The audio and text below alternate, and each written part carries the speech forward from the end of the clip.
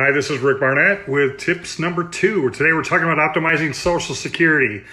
I know it's difficult to be thinking about in the midst of so much going on with the coronavirus and the stock market, and that is definitely something we want to pay attention to. I guess I would say that if you haven't heard from your advisor, then you should be calling our office because there's been a huge downturn in the market during this time, and someone needs to be paying attention to that. But we're talking about Social Security today because that is part of the plan too. We can't stop thinking about the things that will affect our plan. Now, stock market's one for sure, but Social Security and how to optimize Social Security is critical. So when we start thinking about the things, when should I take it? It has to be in conjunction with your other numbers of your retirement plan, which include Social Security, obviously we're talking about today, but pensions. When would we take it? How many years or points do we need to qualify? How much should I leave my spouse if I have one? And how much would that affect me if I have to leave some of the money to my spouse in the event that I die? And then thirdly, of course, is what about our nest egg, our retirement savings, our investments? Could be 401k, IRA. Regardless of where it's at, that's included in these numbers that have to be put together.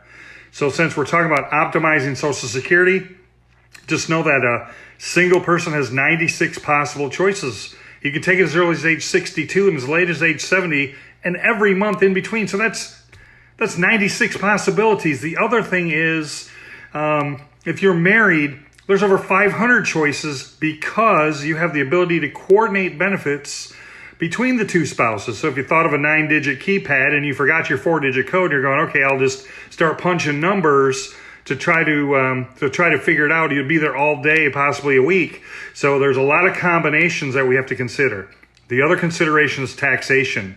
Some people are paying no tax on their Social Security. Some are paying 50%, so they're paying whatever they receive, 50% of it's being taxed. And in some cases, as high as 85% is being taxed of what you receive. So how can we look at it, figure out how we can pay the least amount of tax, optimize the highest amount of income?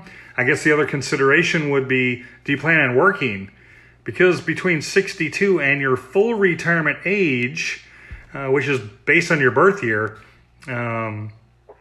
you could be losing benefits. And how that works is between the ages of 62 and your full retirement age, you can only make, these are 2020 numbers, but you can only make $18,240.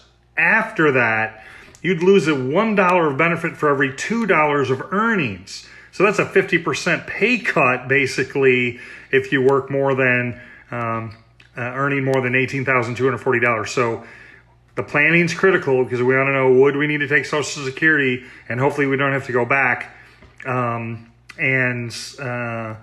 refigure that to determine, boy, is there any way I can shut Social Security off, or how am I going to maximize my benefits, and how much income am I receiving now?